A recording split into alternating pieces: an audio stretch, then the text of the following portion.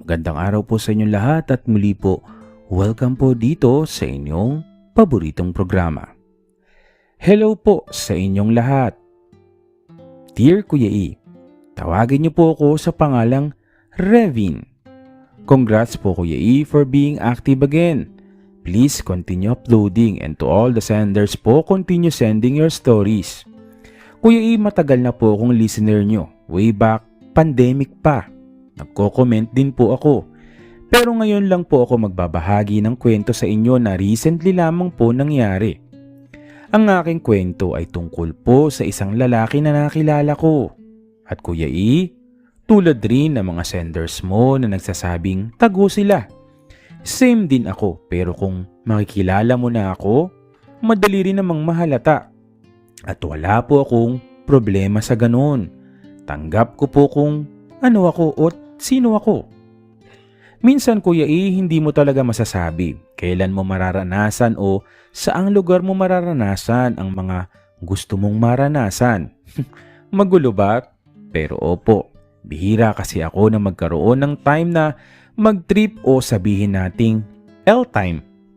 Kaya kapag nakapagsolo ako Kuya E, sinasamantala ko na ang paghahanap sa mabilisang ligaya.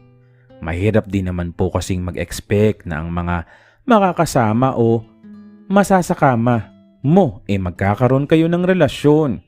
At minsan, magkakainlaban. Ang mga ganun, tulad ng mga letter senders mo ay masasabi kong swerte kung maituturing. Lumigaya na, itinodo pa. Sila yung mga pinagpala. Kuya E, minsang solo vacation ako at dumungaw sa bintana, isang lalaking may angking lakas ng dating ang naabutan ko. Nasa veranda ng kwartong kanyang tinutuluyan. Simple lang ang itago natin sa pangalang Maki. Si Maki ay hindi naman katangkaran. Siguro nasa 5'8 lang. 5'7 kasi ako. Dahil nga nasa veranda siya, half body lang ang nakita ko sa kanya. Nakatopless. Wala siyang abs pero wala siyang matabang tiyan. Slim baga. Nang mapatingin sa akin si Maki, ngumiti naman ito. Tumingin sa akin at nagsalita. Nag-iisa ka lang din? Uwi ka ni Maki. Oo. Solo vacation. Soul searching. Sabay kami nagtawanan ni Maki. Total, nag-iisa ka. Baka gusto mo mag-inom tayo dito. Ikaw, kung trip mo lang naman. Ang akala kong simpleng si Maki, malakas pala ang appeal kapag ngumiti. Katok ka lang. Sabay pakilala. Para akong napangiti. May iba kay Maki. Parang pwede. Tititigan o titikman? Bigla akong naalala at na-realize na trunks pala si Maki nang papasok na siya sa kwarto ko.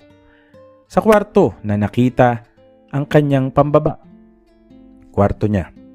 Huli ko nang nakita, may pabakat pala ang Maki. Sabi ko sa sarili ko kapag nagkaroon ng pagkakataon, susunggaban at susunggaban ko. At heto na nga yata. Sabi ko ang time para naman may kahinatnan ng bakasyon ko. Naligo ako bandang 7:00 at nagbihis. Nagsipilyo, nagpabango. Ready to fight ba? Kumbaga, ready for Royal Rumble. Kuya E, sa madaling salita, sumunod ako sa tinura ni Maki, ang kumatok sa kaniyang kwarto. Nang kumatok ako, sumilip ito sa bintana bago magbukas. Good evening, bati ko. Ang formal mo naman, wika ni Maki. Napatingin ako sa legs ni Maki. Nagdamit nga. Wala naman lang shorts. Init na init ka, wika ko. Oo nga, tara, pasok ka na. Sa paglapit sa akin ni Maki, tipong inistima niya ako o kung anong pwedeng gawin.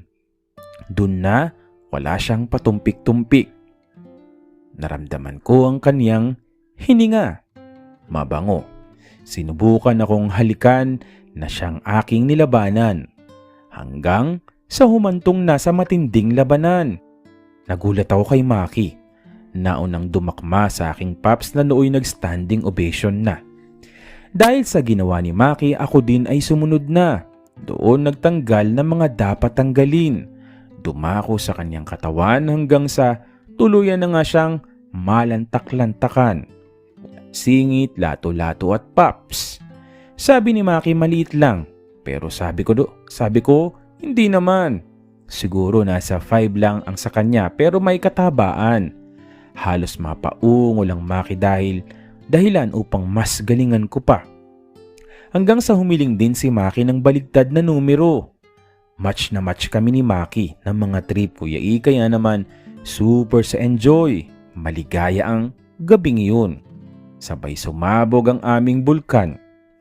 Nakahiga kaming nagkwentuhan na hindi nagbalik ng kasuotan. Doon ko napag-alaman, si Maki may kasama pala dapat. Pero sa hindi inaasahan, ang boyfriend niya may lakad daw bigla. Sabi ko kay Maki, hindi ka ba nagigilty? Sagot niya ay hindi dahil dito raw sana niya ibibreak ang kanyang boyfriend. Hindi ko na sana bubusisiin pa ang dahilan pero siya na mismo ang may sabi.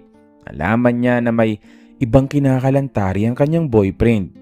Sobrang dami na raw atraso sa kanya. Gayunpaman I felt sad kasi parang tipong gumanti lang siya. Pero sabi ni Maki, huwag ko daw isipin na ginawa lang niya ang pagpatol sa akin dahil sa gusto niyang gumanti sa boyfriend. Kung mabibigyan daw ng pagkakataon at oras ay gusto niya akong makilala. Sabi ko naman ay pwede rin naman. Pero if ever sana ay ayusin na muna niya ang sitwasyon niya. Kuya E, magdamag may nangyari sa amin ni Maki. Ilang beses ang naging pagsabog. Kinabukasan, nakakapagod talaga. Para akong hapong-hapo. Nag-decide kami ni Maki na magpalitan ng number at magkumustahan. At nangako siyang aayusin ang lahat. Pero Kuya E, lumipas ang ilang araw hindi naman nagparamdam si Maki. Hindi ko naman inisip na kulitin siya sapagkat baka kasamahan niya ang boyfriend niya. Isang araw ay may nareceive akong mensahe saying sorry kasi raw nagkaayos sila ng boyfriend niya. Hindi ko na siya nireplyan, Kuya E.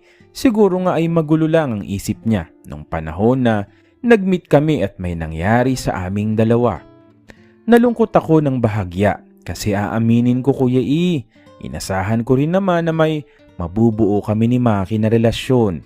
Pero turns out, para lang pala akong palipasan o mabilis na rebound. Alam ko puno ng init ang araw ng pakikita. Pero sino nga ba ang hindi maghahangad ng isang relasyon? Mali lang siguro ang kahit papaano ay umasa ako.